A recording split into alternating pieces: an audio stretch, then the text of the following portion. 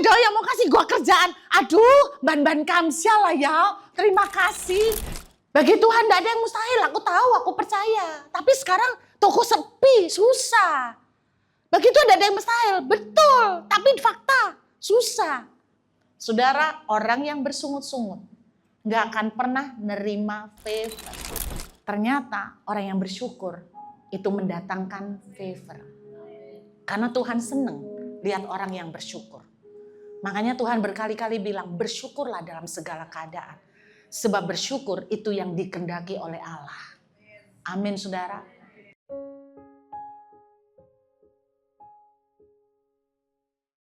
Lalu bagaimana kita menerima favor? Kita kembali lagi yuk kepada kelompok jam 5. Asik kelompok jam 5 ini. Ayat 6.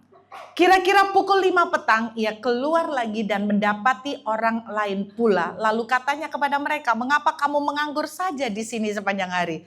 Berarti mereka tuh sudah nunggu ya. Nunggu orang yang nawarin kerjaan dari pagi loh. Kalau dipikir-pikir mereka enggak berusaha, mereka berusaha loh. Tapi mereka enggak dapat sih. Terus kemudian ayat 7, kata mereka kepadanya, karena tidak ada orang yang mengupah kami. Katanya kepada mereka, pergi jugalah kamu ke kebun anggurku. Dan apa yang pantas engkau akan menerima. Apa kuncinya untuk kita menerima favor Bapak Ibu? Saya mau Anda gambarkan, bayangkan orang yang jadi kelompok jam 5. Seharian nunggu enggak ada kerjaan, terus ditawari kerja jam 5. Dia kan tahu, berarti kerjanya cuma 1 jam. Kira-kira yang jam 5 ini nawar enggak?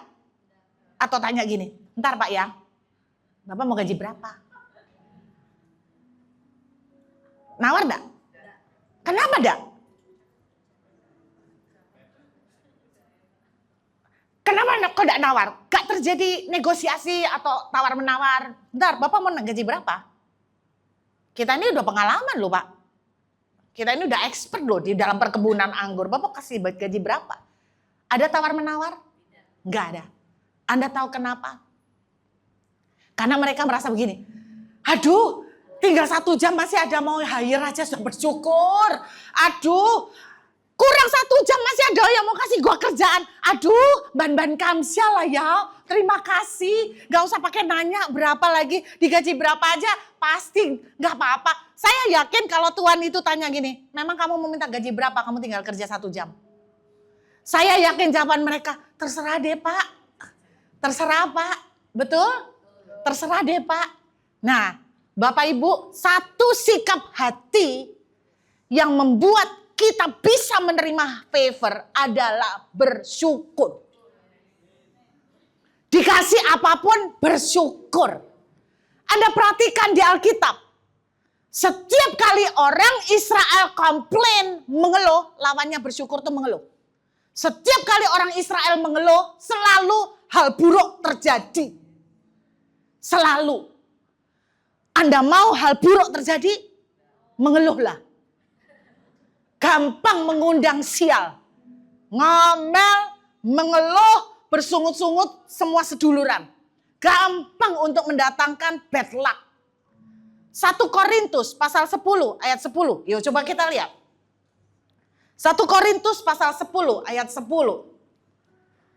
Saudara akan temukan bahwa dan janganlah bersungut-sungut seperti yang dilakukan oleh beberapa orang dari mereka. Sehingga mereka dibinasakan oleh malaikat maut. Setiap kali orang Israel bersungut-sungut, mereka didatengin yang namanya malaikat maut.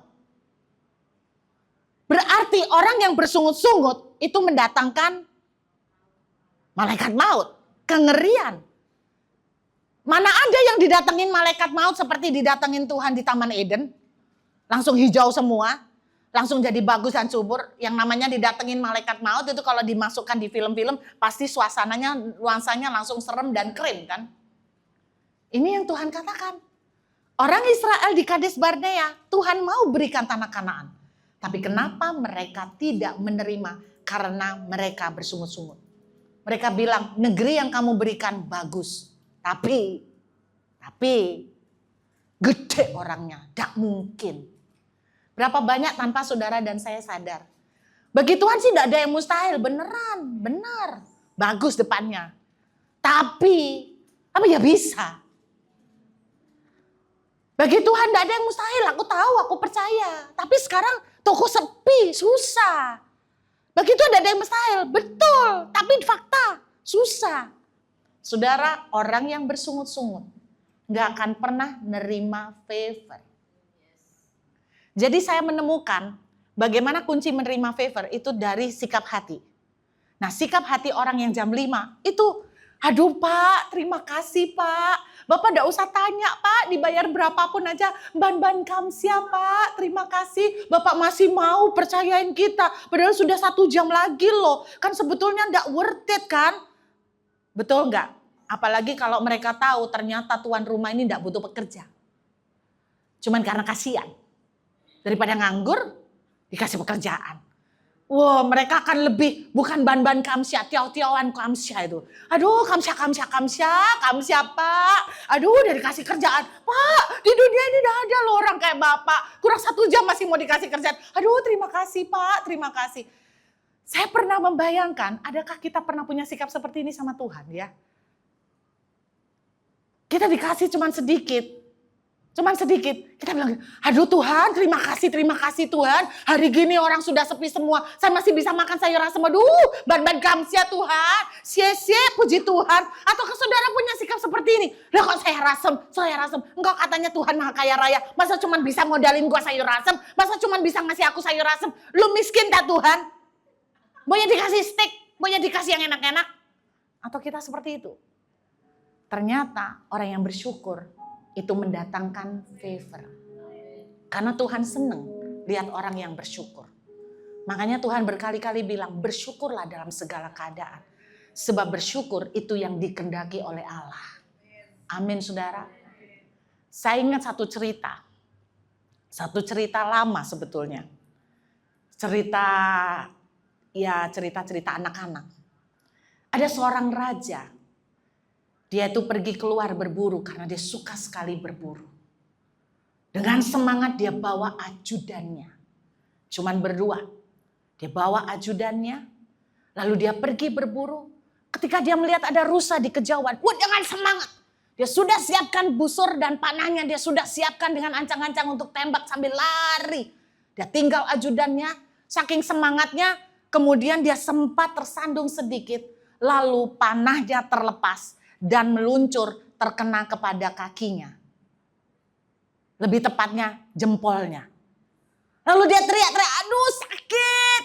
Ajudannya datang, kenapa Baginda? Aduh, lihat deh sakit. Si ajudan bilang begini, tenang Baginda, gak apa-apa. Cuman di jempol kok, masih selamat Baginda. It's okay. Gak apa-apa Baginda. Aduh sial banget aku hari ini. Sial sekali. Apes aku. Terus si ajudan bilang begini. Baginda tetap percayalah. Pasti ada maksud baik. Kenapa Baginda juga kena panah. Pasti semua ada maksud baik. Ya enak kalau tinggal ngomong. Bukan jempolmu. Bilang begitu. Enak aja ngomong. Bukan jempolmu.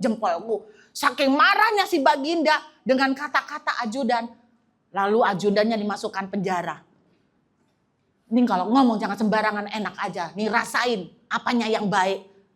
Coba tak masukin penjara, apanya yang baik. Si ajudan bilang, tetap pasti ada yang baik Baginda. Apa? Ya saya enggak tahu, tapi tetap pasti ada yang baik. Karena itu kita perlu bersyukur. Beberapa hari kemudian Baginda pergi lagi. Berburu, ngajak ajudan yang lain.